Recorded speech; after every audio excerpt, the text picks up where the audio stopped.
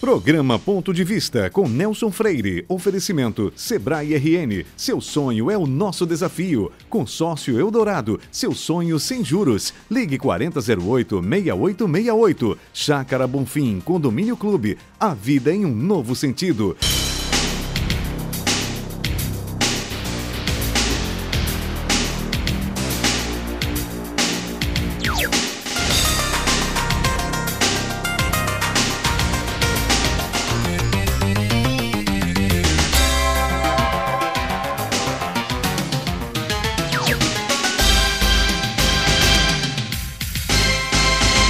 A trilha do êxito é sempre fascinante. Observar e absorver os ensinamentos e a história dos que percorrem esse caminho é muito enriquecedor, principalmente quando a estrada percorrida tem sido longa e continuadamente desafiadora, sem dar o menor sinal de que pode acabar na próxima curva. Não importa quão árida possa ser a área objeto da observação, o que temos a fazer é ouvir atentamente e buscar compreender as lições que recebemos dos que se movem nessa trajetória de vitórias e êxitos. Como é o caso do programa Ponto de Vista de hoje, que recebe com muita satisfação o empresário, engenheiro Álvaro Alberto Souto Filgueira Barreto, diretor-presidente da Companhia Hipotecária Brasileira, que é a sucedânea da conhecida, antiga, de ótima memória, a Perni. Meu caro Álvaro, eu quero agradecer por você ter aceitado o convite e dizer da imensa satisfação de estar entrevistando você. Com certeza o nosso telespectador vai gostar imensamente do nosso encontro hoje. É um prazer, Nelson, estar aqui. Eu queria começar, Álvaro, o seguinte: como é que foi para você se formar em engenharia na UFRJ, naquela época, e logo depois vir para a Natal provinciana da década de 60? Foi a concretização, Nelson, de um sonho que eu tinha talvez desde os primeiros 3, 4 anos de idade. Quer dizer, meu pai sempre trabalhou na área de engenharia, apesar de ser advogado. Então eu sonhei em ser engenheiro. E o sonho de engenharia para mim não estava ligado ao Rio de Janeiro, nem a São Paulo, nem a Brasília, que estava em plena construção. Estava ligado às minhas raízes. Então eu voltei para regar as sementes aqui deixadas.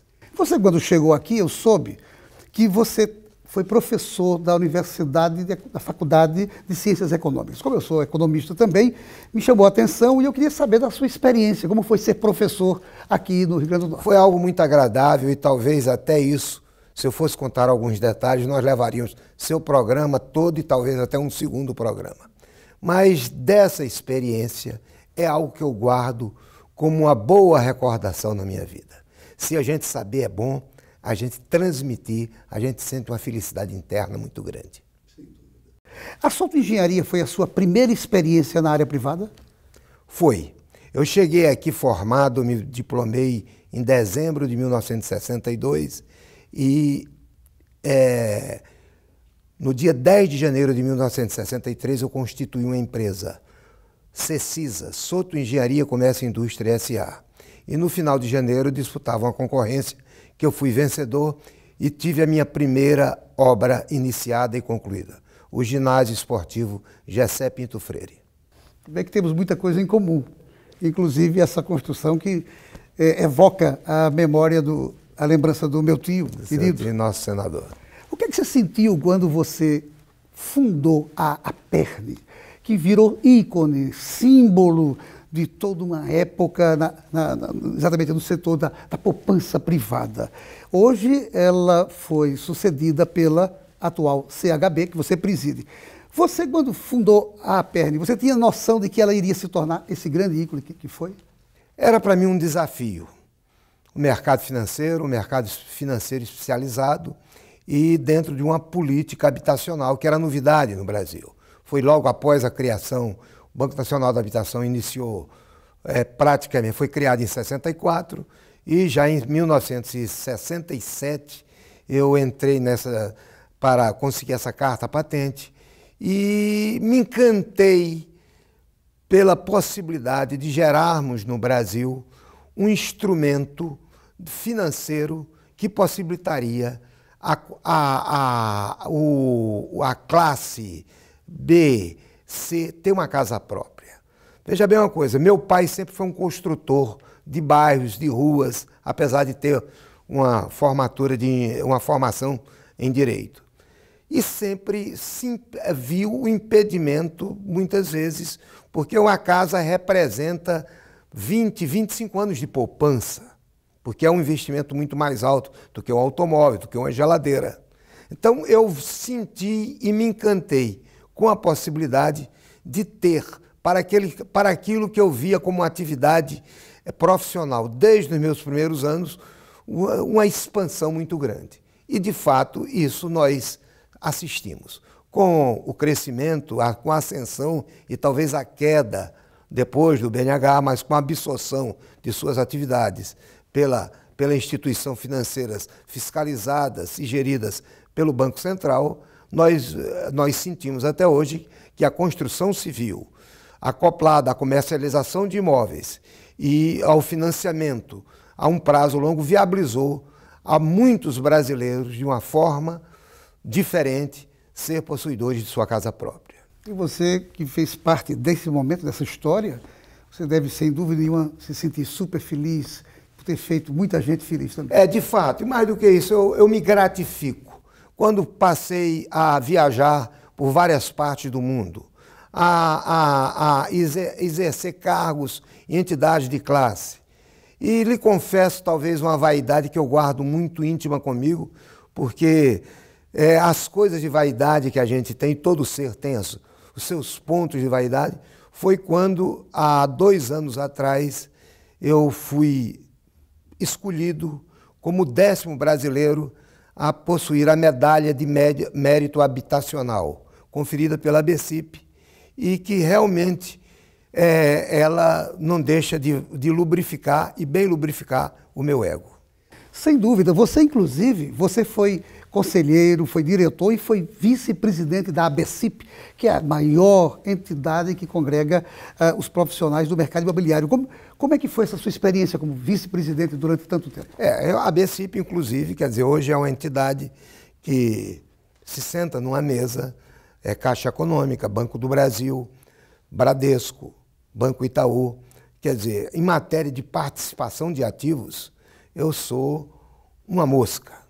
Mas pela minha história, não porque eu realizei, mas pela minha experiência, pelo meu conhecimento dos homens que construíram o sistema brasileiro de poupança e empréstimo, eu tenho uma posição lá. Eu sou ouvido e ouço até hoje. Vamos dizer assim, é um fórum que eu me sinto bem, porque nele eu vejo todo um retrato, todo um videotape da minha própria existência. Eu tive a oportunidade de ler o elogio que foi feito a você pelo atual presidente da ABCIP, exatamente colocando, exatamente em letra de forma, tudo isso que você está dizendo, a sua experiência, o seu momento fantástico de vivência nesse meio. Eu vi seu currículo e percebi que você presidiu várias instituições, vários organismos internacionais, notadamente aqui na América Latina. Alguns deles, inclusive, durante muito tempo. Como é que foi essa experiência?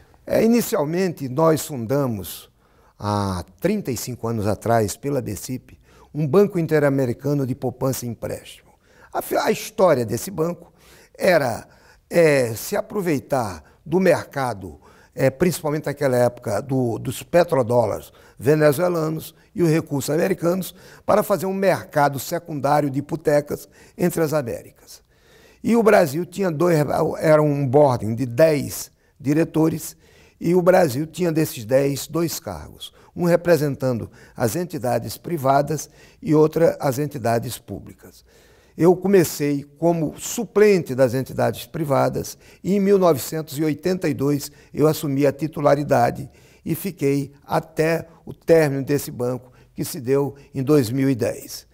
Ao longo disso, convivi com muitas autoridades brasileiras que eram representantes do sistema público. Presidente da Caixa Econômica, diretores da Caixa Econômica, diretores do Banco Central, e nós trocamos e, para mim, foi uma aula de aprender mais alguma coisa de economia. Isso que todo brasileiro gosta de saber, de compreender alguma coisa e que eu nunca aprendi nos bancos escolares, mas que a vida e essa convivência pelo mundo fez que eu conhecesse um pouco. Depois disso, em função do relacionamento da minha história na BCIP, eu fui presidente da União Interamericana de Poupança e Empréstimo. É a entidade de classe que congrega todos os sistemas de poupança e empréstimo dos Estados Unidos, desde o tempo da FNMEI, que inclusive gerou toda essa crise de hipoteca, das Saving Loan, até as entidades da Argentina. Quer dizer, nós atravessamos todas as Américas. Eu fui presidente durante 3 anos e fui o segundo e os 2 únicos brasileiros que presidiram essa entidade, que tem mais de 40 anos de vida. Você ainda precisa escrever um livro para contar tudo isso e você precisa ser biografado, que é uma história muito rica. Mas não saia daí, nós voltamos em instantes para o nosso segundo bloco.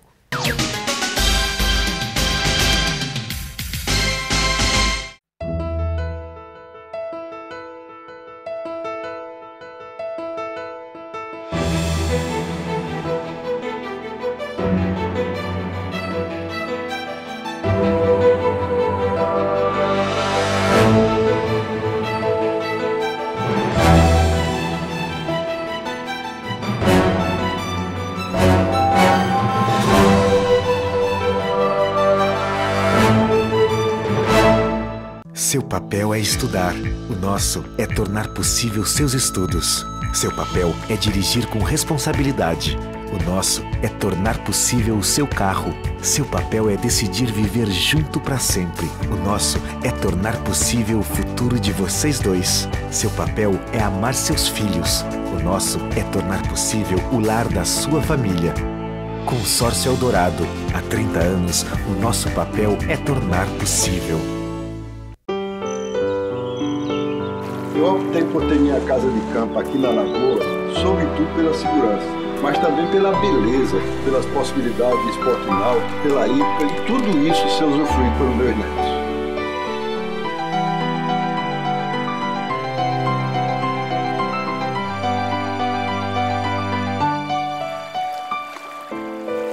Chácara Bonfim, a vida em um novo sentido.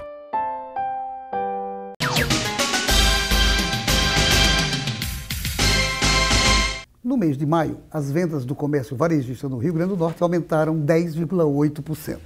Foi a maior expansão do Nordeste e a 4ª do país. Marcelo Queiroz, presidente da FEComércio, mostrou-se positivamente surpreso com esse resultado.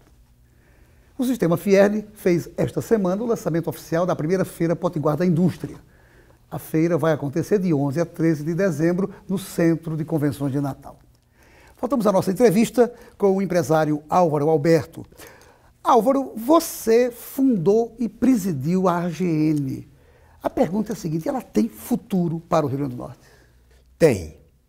Eu creio que, infelizmente, ela pode ser mais usada pelo Rio Grande do Norte. As agências, no sistema financeiro, uma forma de você regular o sistema financeiro é se as entidades do sistema financeiro, que hoje em dia ainda tem mais de 50% do crédito no Brasil, fossem realmente um regulador dos negócios da área. E a AGN tem essa vocação. Se a AGN entrar no consignado, se a AGN, que nós abrimos, inclusive naquele tempo, com o cartão de crédito do funcionário público, se a AGN entrar e abraçar todas as possibilidades que seu ato constitutivo, que o Banco Central permite que ela faça, nós, indubitavelmente, teremos no Rio Grande do Norte um agente para, inclusive, baixar e ter um sistema de concorrência que viabilize realmente as classes mais desprotegidas. Agora, para isso, Nelson, me desculpe interrompendo você, nós precisamos ter sempre um apoio muito forte do governo, não só em contrapartida de capital, como pela sua Secretaria de Administração, em que é o instrumento que nós podemos chegar e dar uma concessão de um crédito semelhante ao existente no consignado, e mais do que isso, usar agentes maiores e nós passarmos a ser repassadores, usando o Banco do Nordeste e usando o Banco Nacional de Desenvolvimento Econômico e Social. Mas a agência de fomento, a nossa aqui e as outras existentes, ao contrário dos bancos de desenvolvimento estaduais, que eram praticamente emissores de moeda, podem dar uma grande e sadia contribuição ao desenvolvimento do Estado. E é de fato interessante essa preocupação e que é importante que o governo do Estado fique sempre atento, porque hoje a nossa referência na área é exatamente a AGN. Nós não temos nem banco estadual, nem mais bancos de desenvolvimento. A AGN sempre merece dos governos uma maior importância e um maior cuidado. Sem dúvida, sem dúvida. É muito importante isso. Você hoje é diretor-presidente da CHB. Como é que ela funciona hoje?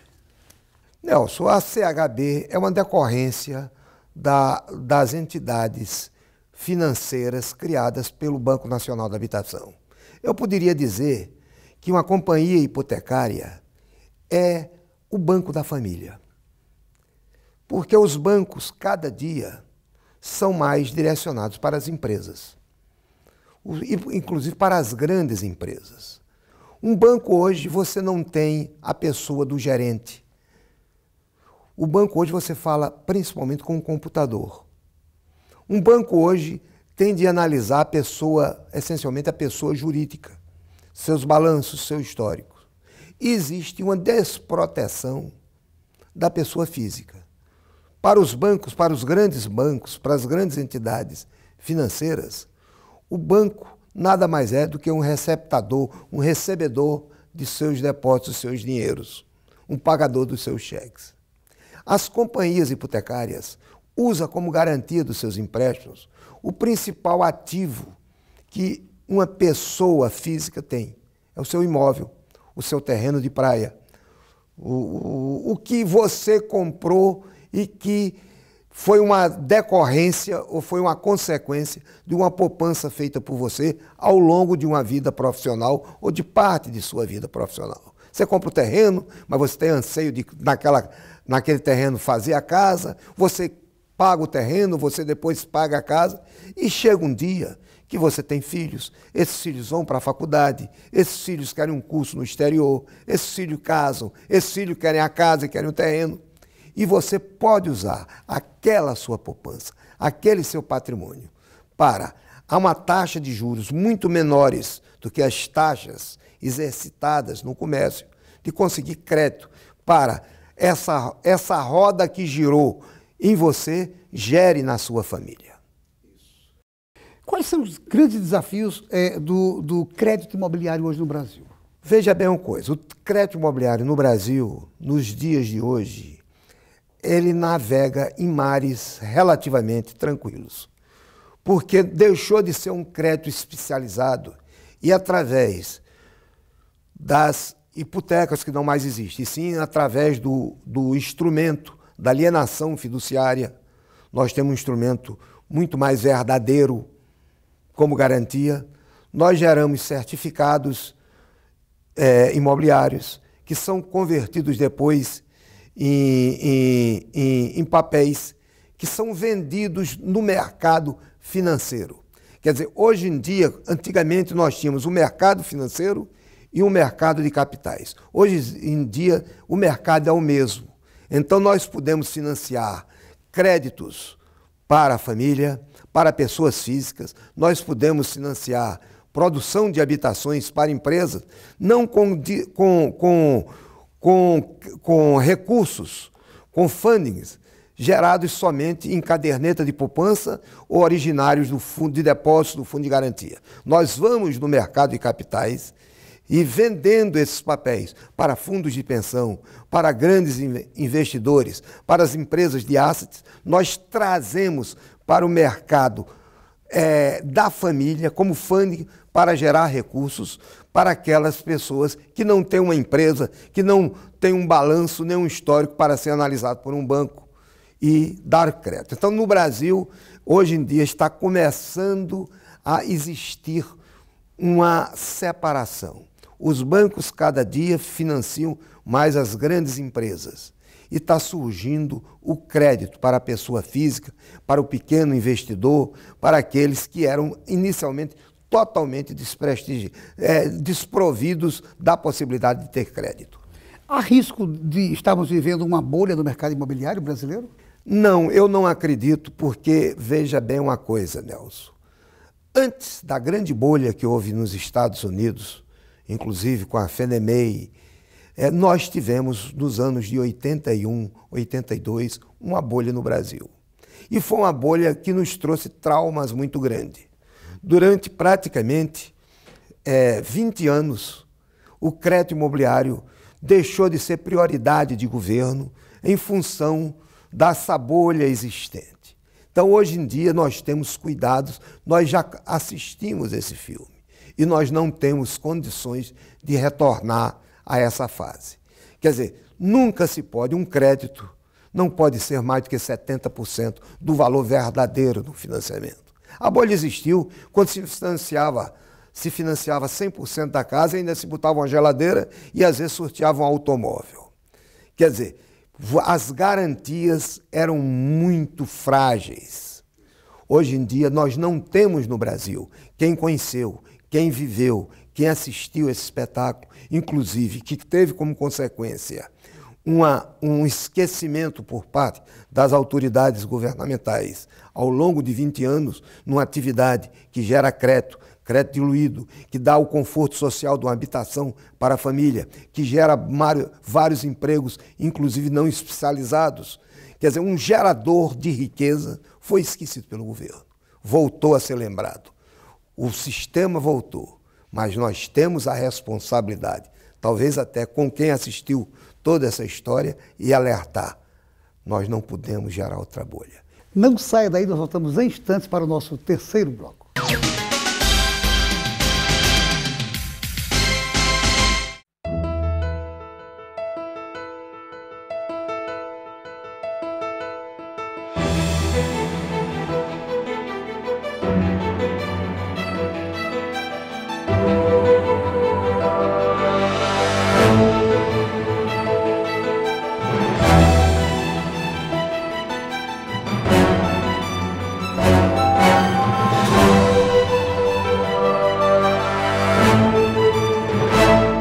Seu papel é estudar, o nosso é tornar possível seus estudos. Seu papel é dirigir com responsabilidade, o nosso é tornar possível o seu carro. Seu papel é decidir viver junto para sempre, o nosso é tornar possível o futuro de vocês dois. Seu papel é amar seus filhos, o nosso é tornar possível o lar da sua família. Consórcio Eldorado, há 30 anos, o nosso papel é tornar possível. Eu optei por ter minha casa de campo aqui na Lagoa, sobretudo pela segurança, mas também pela beleza, pelas possibilidades de esporte náutico, pela hípica e tudo isso ser usufruído pelos meus netos.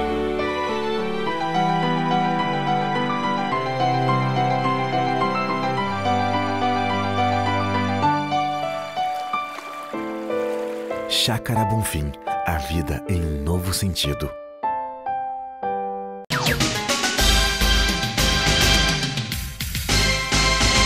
A Unicred Natal é a maior cooperativa do estado. E o seu grande diferencial é que o cooperado não é um cliente, ele é um dos donos do negócio. Quanto mais a Unicred cresce, mais ela compartilha benefícios com seu staff cooperativo. Em recente pesquisa, 90% dos cooperados revelaram estar muito satisfeitos com a administração da cooperativa. Uma aprovação indiscutível que comprova a competência gerencial da Unicred Natal. Os deputados estaduais estão preocupados com a segurança do Estado. Desta vez, foi Walter Alves que recentemente falou da necessidade do governo fazer uma redistribuição do efetivo policial no Estado. Vamos ver o que acontece sobre esse assunto após o recesso parlamentar. Voltamos à nossa entrevista com o engenheiro empresário Álvaro Alberto. Álvaro, a política financeira do Banco Central do Brasil está correta? Nelson, está correta e poderia ser melhor. Mas a política que pode melhorar muito é a independência do Banco Central. Se o Banco Central for mais independente ou verdadeiramente independente, ele melhorará a gestão dessa polícia financeira, porque o quadro do Banco Central é formado de técnicos altamente competentes.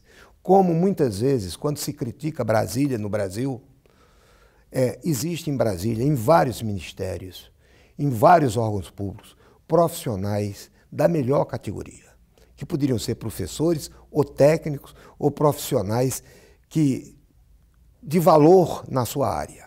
Muitas vezes a gente não sabe disso, mas isso é uma verdade. Isso.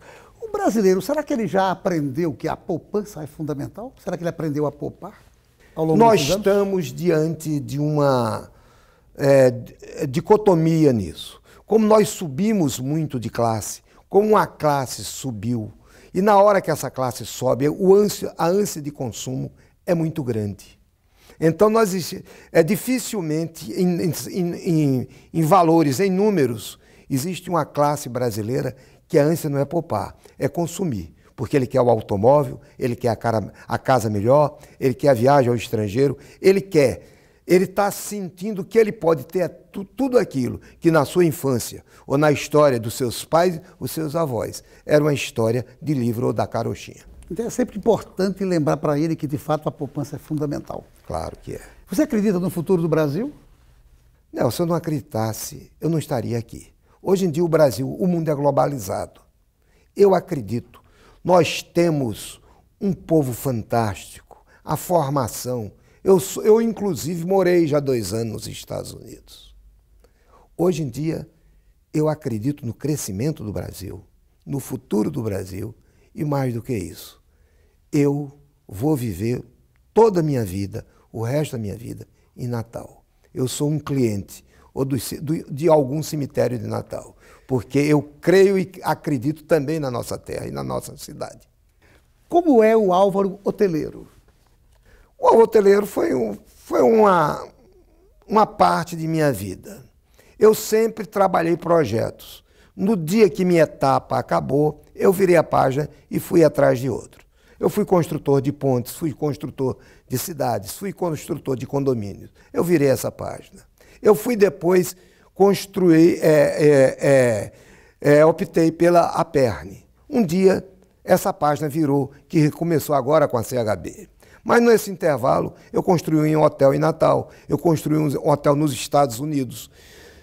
Foi uma fase da minha vida que hoje tenho ainda uma unidade hoteleira sobre o nosso controle e que é gerido por um irmão meu e por umas sobrinhas. É uma história muito rica a sua, Álvaro. Você precisa, de fato, escrever o livro. Eu vou lhe cobrar isso, porque o telespectador vai ficar muito interessado em ler todas essas histórias que você tem. Pode ser que seja um novo desafio, né? Mas você não tem dúvida. Mas eu queria saber uma coisa, e como é que vai o Álvaro Alberto culto e romântico? O culto é bondade sua. O romântico é, inclusive, algo que eu tenho de me debater muito, até com a minha própria atividade hoje. Dizem que os banqueiros, e eu não sou um banqueiro, mas exercito uma atividade bancária, são muito duros e frios. E o romântico gosta de música, ama, tem mais do que construir um objetivo comercial, construir algo que tenha ligações diretas com seu coração. Eu construí isso numa família, eu vejo na minha filha, nos meus netos, hoje já formados, fora de casa, eu vejo na minha mulher a minha maior obra e o que mais me orgulho na minha existência. Uma das grandes riquezas suas é saber fazer amigos e conservá-los. Você está de parabéns. Eu gostaria de demorar mais tempo, ainda havia outras perguntas aqui, mas infelizmente o diretor, como sempre acontece, está enchendo o saco, dizendo que terminou o tempo. Mas eu não posso terminar o programa, além de lhe agradecer, presentear a você com essa cesta da Casa do Nordeste, do meu amigo João das Castanhas. Com certeza você vai degustar, são produtos locais, frutos aqui de Natal, tem castanhas, doces regionais, que com certeza você há de convir, que é um acalentador de papo com os meus amigos, numa roda, numa mesa grande, e um produto regional e muito bem recebido. E eu aproveito o momento somente para lhe agradecer da sua gentileza, da inteligência que você conduziu esse programa e dizer que estou à sua disposição e de todos aqueles amigos potiguares que assistirem esse programa para tudo que eu puder servir. E a você, meu amigo, minha amiga telespectador, telespectadora, um grande abraço, um ótimo início de semana e até o próximo Ponto de Vista com outro assunto do seu interesse. Programa Ponto de Vista com Nelson Freire. Oferecimento Sebrae RN. Seu sonho é o nosso desafio. Consórcio Eldorado. Seu sonho sem juros. Ligue 4008-6868. Chácara Bonfim. Condomínio Clube. A vida em um novo sentido.